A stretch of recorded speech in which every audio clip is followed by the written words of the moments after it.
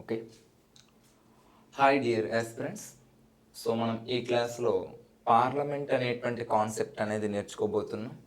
So పార్లమెంట్కి సంబంధించినటువంటి first of all మనం అర్థం చేసుకోవాల్సిన అంశం ఏంటంటే ఈ ఎగ్జామ్ పాయింట్ ఆఫ్ వ్యూ, అంటే ఇప్పుడు జరుగుతున్నటువంటి ఎగ్జామ్ పాయింట్ ఆఫ్ వ్యూలో ఎట్లా క్వశ్చన్స్ వస్తాయి, ఏ ఏరియాని క్వశ్చన్స్ వస్తాయి అనేది తెలుసుకున్నట్లయితే గుర్తుపెట్టుకోండి. ఇప్పుడు మెయిన్లీ మ్యాక్సిమం మనం ఎక్స్పెక్టేషన్ ప్రకారంగా న్యూ పార్లమెంట్ యొక్క కన్స్ట్రక్షన్ అనేది జరిగింది.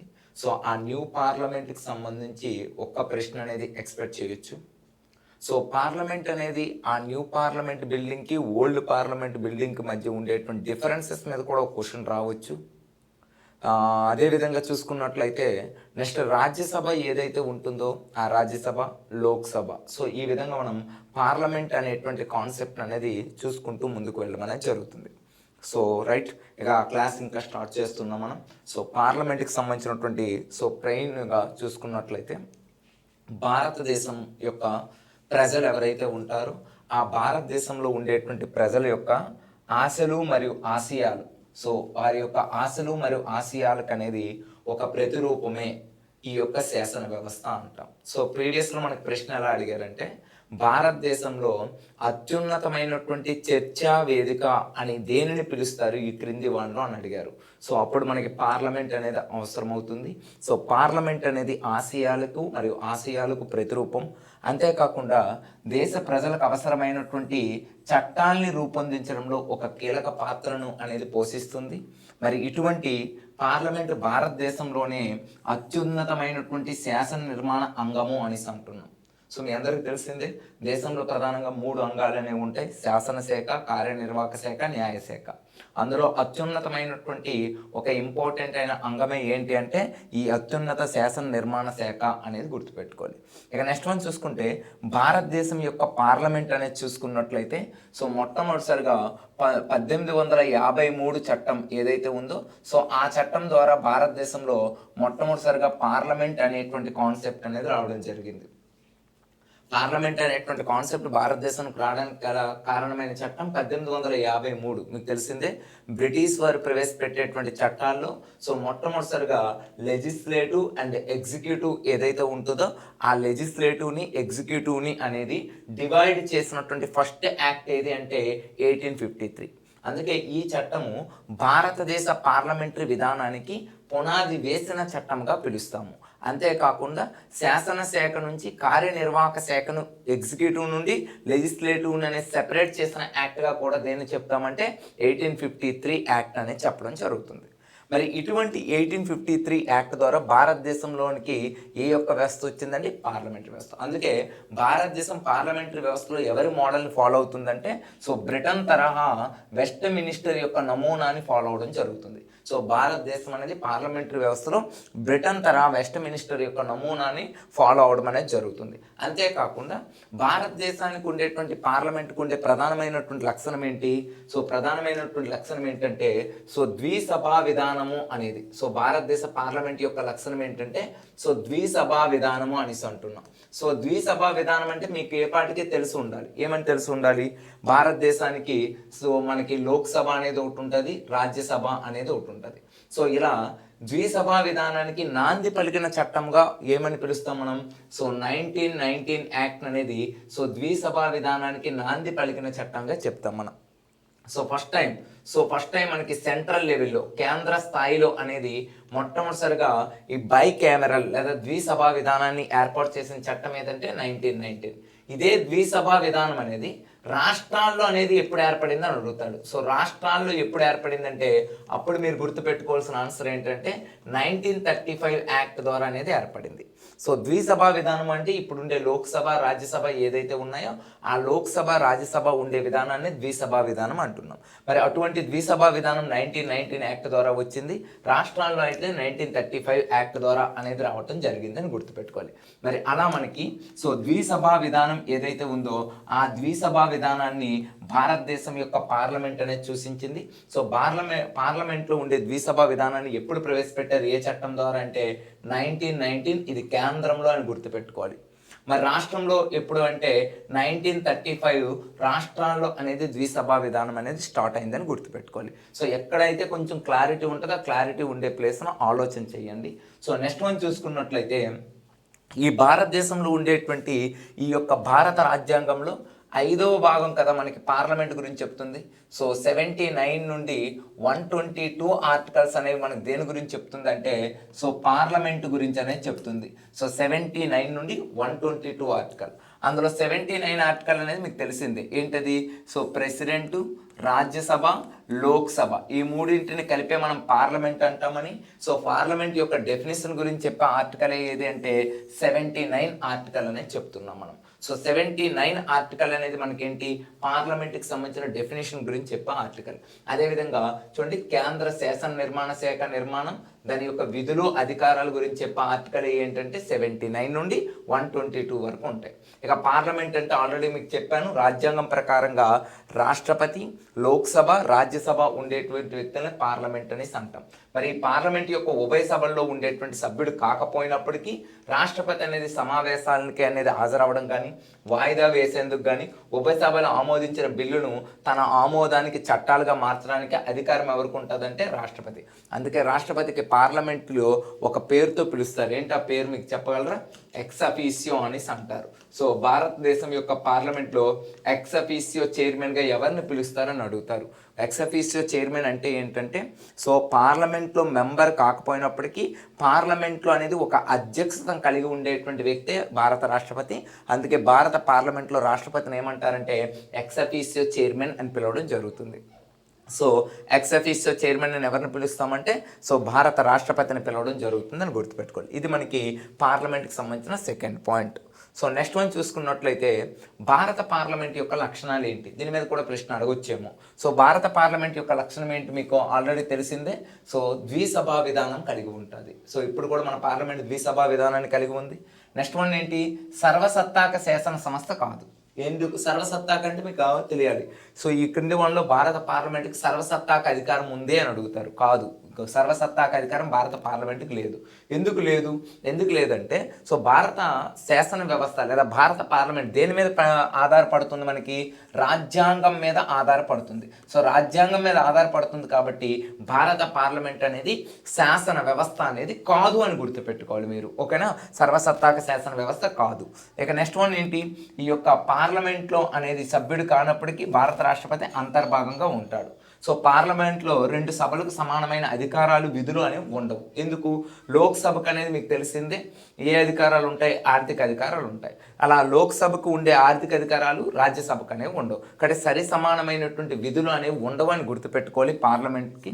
నెక్స్ట్ వన్ ఏంటి, పార్లమెంట్లో ఉండేటువంటి ఉభయ సభలు అనేది నామినేట్ చేస్తారు. అయితే ఈ మధ్యన పార్లమెంట్కి 543 మందే ఉన్నారు.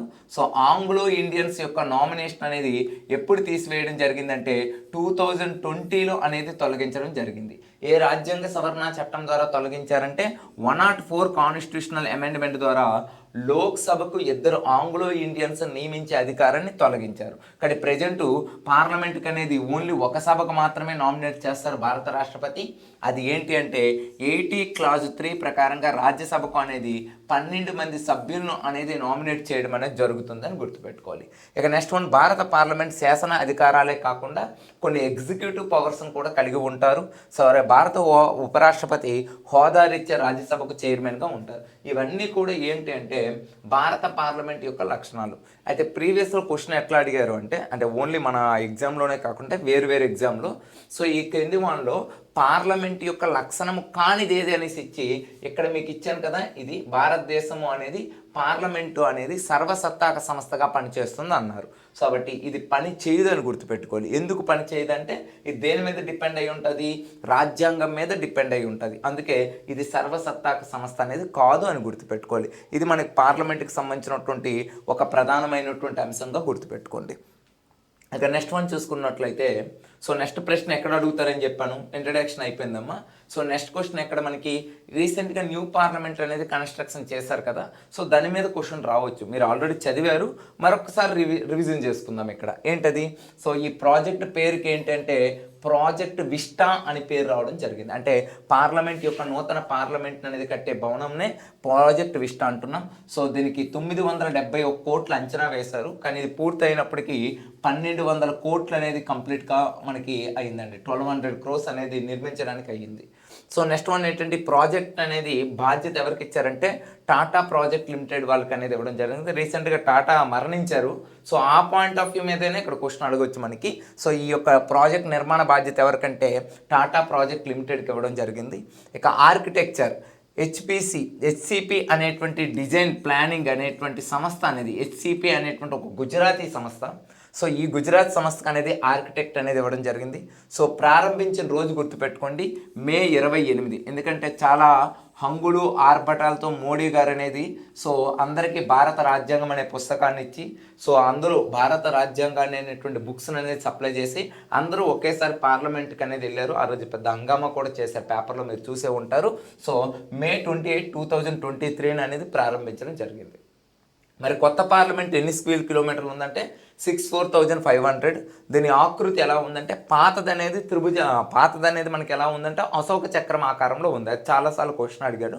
సో కొత్తది మనకి ఎలా ఉందంటే పార్లమెంట్ అనేది త్రిభుజాకారంలో ఉందని గుర్తుపెట్టుకోవాలి. ఇక నెక్స్ట్ మనం చూసుకున్నట్లయితే లోక్సభ అనేది చూసుకున్నట్లయితే పీకాక్ ఆకారంలో ఉంది. సో రాజ్యసభ అనేది చూసుకున్నట్లయితే మనకి లోటస్ ఆకారంలో, సెంట్రల్ హాల్ ఏదైతే ఉందో ఈ సెంట్రల్ హాల్ అనేది బనియన్ ట్రీ మర్రి చెట్టు ఆకారంలో అనేది ఉండడం జరిగింది. అయితే ఇప్పుడు నూతన పార్లమెంట్ భవనాన్ని కట్టడానికి ప్రధాన కారణం ఏంటంటే ఇటీవల కాలంలో మనకి లోక్సభ సీట్లు అనేవి 888కి అనేది పెంచడానికి ఒక అవకాశం అనేది ఉంటుంది. అదేవిధంగా రాజ్యసభ సీట్లు కూడా 384కి అనేది పెంచడానికి అవకాశం అనేది ఉంటుంది. సో ఇటువంటి ఈ విధానాన్ని దృష్టిలో పెట్టుకుంటూ ఈ న్యూ పార్లమెంట్ అనేది కన్స్ట్రక్షన్ అనేది చేయడం జరిగింది. ఇంకా ఎగ్జామ్ పాయింట్ ఆఫ్ వ్యూ ఎలా అడుగుతారంటే పాతదానికి కొత్తదానికి అనేది పోల్చి అడుగుతూ ఉంటారు. ఇక్కడ గుర్తుపెట్టుకోండి. సో కొత్తది 2020 December 10 అనేది ఏం చేశారు, మనకి కొత్త పార్లమెంట్ భవనానికి అనేది శంకుస్థాపన జరిగింది. మరి ఓల్డ్ పార్లమెంట్ భవనానికి ఎప్పుడు శంకుస్థాపన చేశారంటే 1921 February 12 అనేది శంకుస్థాపన చేశారు. అప్పుడు బ్రిటిష్ గవర్నమెంట్ అనేది ఉండేది. సో ఆ గవర్నమెంట్ 1921లో అనేది శంకుస్థాపన చేశారు. దాని మీద చాలాసార్లు క్వశ్చన్ అడిగారు. ఆ టైంలో అంటే భారత పార్లమెంట్ అనేది ఓల్డ్ పార్లమెంట్ ఉంది కదా, ఆ శంకుస్థాపన చేసినటువంటి బ్రిటిష్ గవర్నర్ ఎవరని అడిగారు. ఆ టైంలో క్వశ్చన్ మనకి ఎలా అంటే చేమ్స్ఫర్డ్ అని గుర్తుపెట్టుకోవాలి. ఎవరండి మనకి చేమ్స్ఫర్డ్ అనేటువంటి బ్రిటిష్ గవర్నర్ కాలంలో మనకి ఈ యొక్క శంకుస్థాపన అనేది జరిగింది, పార్లమెంట్ శంకుస్థాపన జరిగింది. ఆ క్వశ్చన్ అనేది ప్రీవియస్లో అడిగారు. సో నెక్స్ట్ వన్ చూసుకున్నట్లయితే కొత్తది 4 అంతస్తులు ఉంటే పాతది 2 అంతస్తుల బిల్డింగ్ ఉంది. సో ఒకప్పుడు కొత్తది అనేది ఇప్పుడు 16 ఎకరాలు ఉంది, పాతది అనేది 6 ఎకరాలు అనేది ఉంది. మీకు స్క్వేర్ కిలోమీటర్స్తో సహా అక్కడ ఇచ్చాను, ఒకసారి చూసుకోండి. సో నెక్స్ట్ వన్ చూసుకున్నట్లయితే లోక్సభలో 888 సీట్లు, రాజ్యసభలో ఆల్రెడీ చెప్పాను కదా 384. ఇప్పుడు కొత్తగా మనకి 2026లో 2026లో మనకి ఏమవుతుంది, నియోజకవర్గాల పునర్విభజన జరుగుతుంది. సో దాని ప్రకారంగా మనకి ఈ నియోజకవర్గాల పునర్విభజన చేసేది ఏంటి, ఆర్టికల్ 82 ప్రకారంగా డీలిమిటేషన్ కమిటీ అనేది ఉంటుంది. సో ఆ డీలిమిటేషన్ కమిటీ నియోజకవర్గాల్ని పునర్విభజన చేస్తుంది. మరి అటువంటి నియోజకవర్గాల పునర్విభజన ప్రకారంగా 2026 నాటికి లోక్సభ సీట్లు అనేవి పెరుగుతాయి, రాజ్యసభ సీట్లు పెరుగుతాయి. సార్ పెంచడానికి అవకాశం ఎంత అంటే ఇవ్వండి ఇక్కడ చెప్పాను, అదే లోక్సభ 888, రాజ్యసభ 384. కానీ ప్రజెంట్ మాత్రం ఎన్ని ఉన్నాయంటే గుర్తుపెట్టుకోండి 250, 552. మ్యాక్సిమం ఫిగర్స్ ఇచ్చాను. మినిమం అయితే మీకు ఎలా ఉంటుంది 543 ఉంటుంది, 245 ఉంటాయి మీకు, ఇది మినిమం. సో మ్యాక్సిమం అనేది ఇవి ఉన్నాయి మనకి. ఇక నిర్మాణ వ్యయం చూసుకున్నట్లయితే గుర్తుపెట్టుకోండి కొత్తది 2 years పట్టిందమ్మా, 2 years 5 months 18 days అనేది పట్టింది. సో పాతది అనేది 5 ఏళ్ళు అనేది పెట్టింది. అంటే ఒక విధంగా చెప్పాలంటే పాత బిల్డింగ్ బ్రిటిష్ వారి కాలంలో ఉండేటువంటి పాత బిల్డింగ్ కంటే కొత్త బిల్డింగ్ అనేది చాలా త్వరగా పూర్తి కావడం అనేది జరిగిందని గుర్తుపెట్టుకోవాలి. ఇక నెక్స్ట్ వన్ చూసుకున్నట్లయితే ఇక్కడ కొత్తది టోటల్గా మనకి ఎస్టిమేషన్ కాస్ట్ ఒకటైతే పూర్తి అయ్యింది మాత్రం 1200 crores. కానీ ఓల్డ్ది గుర్తుపెట్టుకోండి, చాలాసార్లు అడిగాడు. 83 lakhs అనేది ఓల్డ్ది, రాజ్యాంగాన్ని రచించడానికి ఎంత ఖర్చు అయింది, పార్లమెంట్ భవనాన్ని నిర్మించడానికి ఎంత ఖర్చు అయింది, ఇట్లాంటి క్వశ్చన్లు అడుగుతూ ఉంటాడు. సో 83 crores ల్యాక్స్ రూపీస్ అనేది ఓల్డ్ బిల్డింగు, 60 lakhs అనేది మనకి ఏంటంటే ఈ యొక్క మనకి రాజ్యాంగం రచించడానికి. సో ఇటువంటి క్వశ్చన్లు అడుగుతారు. సో నెక్స్ట్ మన నిర్మాణ రూపశిల్పి. సో నిర్మాణ రూపశిల్పి చూసుకున్నట్లయితే అహ్మదాబాద్కు సంబంధించినటువంటి బీమల్ పటేల్. ఇది ఆల్రెడీ ప్రీవియస్ క్వశ్చన్, రీసెంట్గా అడిగారు కూడా. సో భారత పార్లమెంటు నిర్మాణాన్ని చేస్తున్నటువంటి ఆర్కిటెక్చర్ ఎవరంటే బీమల్ పటేల్, కొత్త వ్యక్తి. అదేవిధంగా పాతది మీకు తెలిసిందే, ఎడ్విన్ లుటిన్స్ మరియు ఎడ్వర్డ్ బేకర్ అనేటువంటి వ్యక్తులు ఎవరైతే ఉన్నారో వీళ్ళిద్దరూ అనేది ఓల్డ్ బిల్డింగ్ అనేది కన్స్ట్రక్షన్ చేసేటప్పుడు ఆర్కిటెక్చర్గా ఉన్నారు.